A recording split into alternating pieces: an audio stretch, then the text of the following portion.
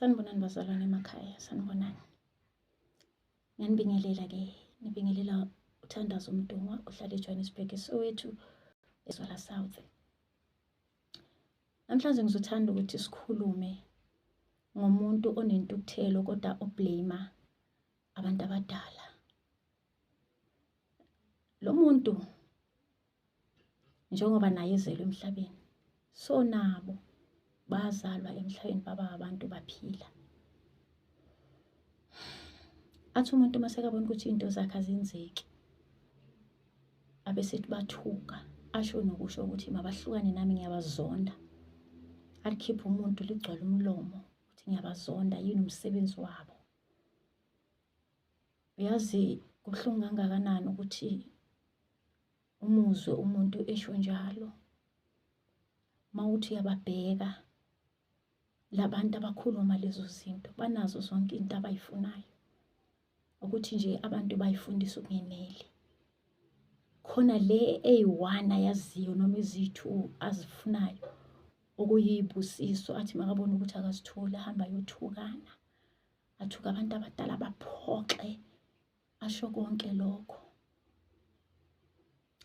Kubuhlungu kangakanani ukumuza umuntu esekhuluma konke lokhu kukhuluma,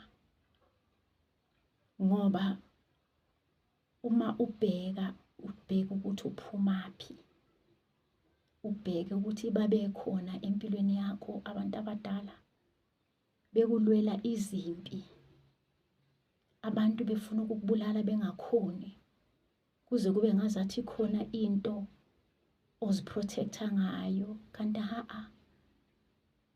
uyahlonipha wena, uyalalela futhi nezinto oziphuphayo uyazenza. Lo thuka nayo akenzi nokwenza. Yazi khona umuntu okahluphekiswe nje ukuthi kufanele ayothenga iduku, unomoya, ufuna ukuthi lento ishintshe, kuthiwa kanamoya. Zithi mazingasayenzeki izinto uzomuzwa ngendlela azothukana ngayo, delele. Ngizosho bazalwane kini ukuthi abantu mebenikezwe izinto, ngikhuluma nabantu abanomoya abangawufuni futhi. Mekuthiwa iba neduku, iba nejazi, iba nani, uzoyiphuphela wena lezo zinto. Kwenze bakithi le ndlela iyahambeka. Yebo yona ayikho lula, kodwa iyahambeka. Umuntu wakhona mawuthi uyambheka, uyakwazi nokudlula umoya, kodwa akayenza ama-treatment. Khona abantu abakwazi ukudlula umoya, kwavele kwayibhobokela. Bakhona abanjalo, akusibo bonke abadinga amamento. Kukhona nje ukuthi umuntu avele athi makathi uthi uyakhuleka athi ngibona ukuthi bakhona abantu abanjalo. Kodwa yena lowo muntu kube uye futhi ongafuni ukuthenga izinto zokuthandaza. Ethi mesephelela umsebenzi, hamba thukane.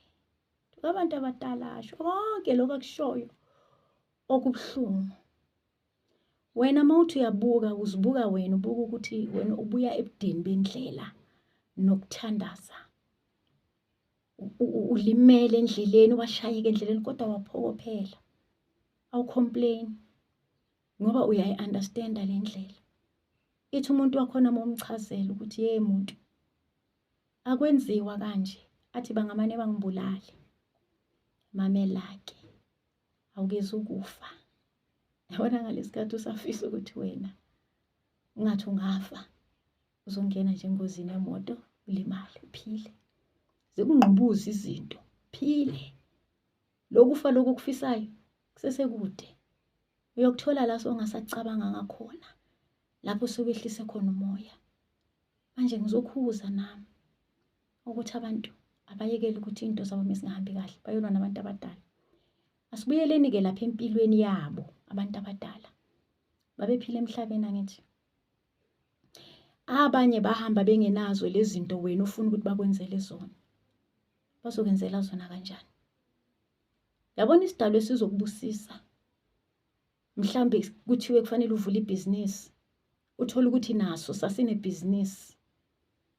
Iyachuma leyo business ngoba kuba yileso sidalwa esikuncedisayo, esihamba phambili lo msebenzi owenzayo noma ngabe hlobo luni lebhizinisi bese uyachuma. Zifundiseni bantwana basekhaya ukuthi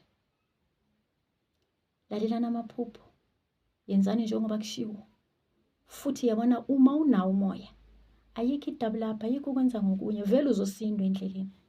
Zizohambe zikushaya izinto, zizokushiya futhi izinto endleleni, zikushiye nezintanga zakho. Kuze kube ngazathi abanye abantu benza ngomagic, kungekho magic. Kanti bayenza ende la emoyeni ukuthi sowunawo umoya, sowulungisile konke lokho kufanele ukuthi ukwenze. Akusho ukuthi sowuzoba very rich. Akusho ke ukuthi uzophila nje impilo kahle enormal, uzo-afforda njengabanye abantu. Yazi le ndlela iyahambeka. Noma ngabe uyasebenza ngesikhathi sakho sokuyothandaza, yahamba uyothandaza lapha. Isikhathi obuya ngasemsebenzini, layita ibani zakho. Awuvinjelwanga ukuthi uyosebenza, awuvinjelwanga ukuthi ube ne-relationship, awuvinjelwanga entweni eningi. Kodwa umuntu enza ukuthi kube nzima uwe qobo lwakho ngokungalaleli. Ake abantu balalele, bayeke ukuthuka abantu abadala. Ungalwa nonto ewumoya ongeke uzuyinqobe wena. Asibuyeleni lapha ekuthanini njengoba babe abantu bephila badalwa uJehova. Niyabona ukuthi beza kithi ukuthi sizokwazi ukulungisa amacala abo, silungise nasemakhaya. Lokhu beza kithi nje yingoba kufanele ukuthi indlela zabo zivuleke ukuya phambili endleleni yabo le yokufa. Uma bebe uNkulunkulu bona uqobo lwabo, bebengeke beze kithi ukuthi sibacelele indlela, silungise amacala abo. uJehova mosaka akanawo amacala. So abasi uNkulunkulu, bayidalwa. Manje ake siyekeni ukubathethisa ngale ndlela, ake siyekeni ukukhuluma kabi ngale ndlela, ake sibathande. Thanda into yakho, thanda abantu abakwembethe. Xoxe nabo futhi ngisho noma usuphahla, kumnandi kangakanani ususho ukuthi yimi umntaneno. Yazi impilo yakho izoba kahle. Angeke uzuswele ukudla, ngeke uswele ukugqoka, ngeke uswele indawo yokuhlala, okuyizinto ezibalulekile empilweni yomuntu. Manje makuwukuthi wena ufuna ukuthi ube rich, kuqala lapho kuhambe kuyolandwa izinto ezi-wrong. Landa izinto ezi-wrong ufike uzilethe. Mawuziletha la izinto ezi-wrong, bayaphuma bona. Sozosala nalento oyilandile le wrong ezojika ikuhluphe. Manje cela ukuthi abantu behlise umoya, belalele mebekhuzwa, belalele mebetshelwa, belalele amaphupho benze. Ihambeka le ndlela.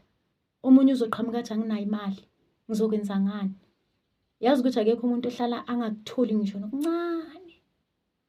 Kuloko okuncane okutholile yaphuma iduku. Noma ngabe sekukuningi okuphuphile, kodwa kuloko kuyi-1 okuthengile, bayabona ukuthi umntanethu uzimisele, bayakuvulela. Uzobona imali bakhona, uqhubeke wenza izinto. Hayi ukuthi nikhulume noma yini. Khulume nje noma yini, kuze kube buhlungu umuntu olalele. Nami ngizomala ngicela iNkosi ithele umusa.